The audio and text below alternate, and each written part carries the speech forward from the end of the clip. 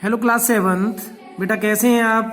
Okay, ठीक है। चलिए आज मैथ्स में हम चैप्टर शुरू करते हैं, पेरीमीटर एंड एरिया। ठीक है, तो इसमें हम सीखेंगे रेक्टेंगल के पेरीमीटर और एरिया के बारे में, स्क्वायर के पेरीमीटर एंड एरिया के बारे में पहली एक्सरसाइज में। ठीक है, तो जैसे यहाँ पर मैं एक रेक्टेंगल बनाता हूं, ठीक है, ये एक रेक्टेंगल है। ठीक है, ये रेक्टेंगल है जिसमें ये लेंथ है और ये इसकी ब्रेथ है। ठीक है ना। यदि हम इस रेक्टेंगल की और उसकी बात करें, इसके पेरीमीटर की बात करें, सबसे पहले हम रेक्टेंगल के पेरीमीटर और एरिया की बात करेंगे। ठीक है, तो रेक्टेंगल का जो एरिया होता है L इंटू बी।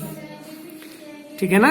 रेक्टेंगल का मतलब है जैसे आपके घर में कोई रूम है तो उसका जो फ्लोर है वो रेक्टेंगल शेप में हो सकता है।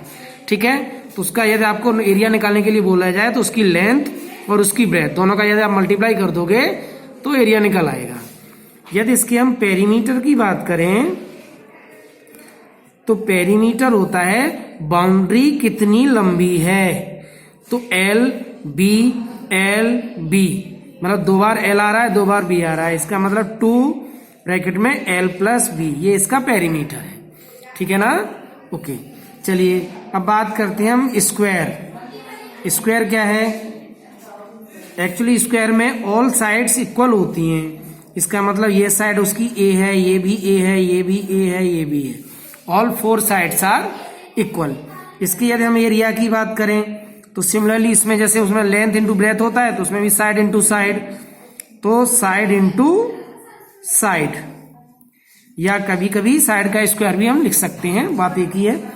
इसके पेरीमीटर की यदि हम बात करें तो पेरीमीटर भी इसका वही बाउंड्री कितनी लंबी है, ए, तो ये हो गया 4A या 4 इंटू साइड। ओके, तो इस तरीके से हमने रेक्टेंगल और स्क्वायर के एरिया और पेरीमीटर के बारे में सीख लिया है।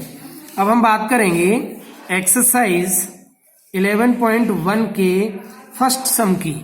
ठीक है ना। तो एक्सरसाइज 11.1 में जो फर्स्ट सम है उसे आप देखेंगे कि the length and breadth of a rectangular piece of land are 500 metre and 300 metre. Length है 500 मीटर और उसकी ब्रेथ है 300 मीटर रेस्पेक्टिवली। इसका एरिया निकालना है और उस पे हमें उसकी कॉस्ट भी निकालनी है। जब 1 मीटर स्क्वायर लैंड की कॉस्ट 10,000 रुपीज है। ठीक है बेटा, तो देखो सबसे पहले हम इसका एरिया निकालेंगे, फिर इसका हम कॉस्ट निकालेंगे। ठीक है, तो हमें लेंथ कितनी दे रखी है, लेंथ ऑफ लैंड कितनी है 500 metre. Okay, breadth of land कितनी है, ब्रेथ ऑफ लैंड है 300 मीटर। तो हमें एरिया निकालना पड़ेगा बेटा। तो area of land equal to, हम सीख चुके हैं L into B means 500 into 300। Okay, that is 5 3 जा 15 0 0 0 1 2 3 4 40 इतने मीटर स्क्वायर। ओके, इतना उसका एरिया आ गया। ये तो फर्स्ट का आंसर हो गया। सेकंड में पूछा है कॉस्ट, तो कॉस्ट ऑफ लैंड कितनी हो जाएगी बेटा, कॉस्ट ऑफ लैंड हो जाएगी, cost of land equal to जितना एरिया है, एरिया में हम क्या करेंगे 10,000 का मल्टीप्लाई कर देंगे। क्यों कर देंगे, क्योंकि 1 मीटर स्क्वायर एरिया जो लैंड है उसका कॉस्ट 10,000 है, तो 10,000 का मल्टीप्लाई हम और कर देंगे इसमें। ठीक है ना। तो आप देखेंगे कितना आंसर आता है, ₹15। देखो 10,000 का मल्टीप्लाई करने में कितने जीरो हैं, उतने जीरो हम इस पे बढ़ा देंगे। 1 2 3 4 5 6 7 8 2 3 4 5 6 7 8 4 4 इतनी उसकी कॉस्ट हुई। ओके बेटा, इसी तरीके से क्वेश्चन नंबर 2 की यदि हम बात करें तो क्वेश्चन नंबर जो 2 है उसमें हमें area of square find the area of the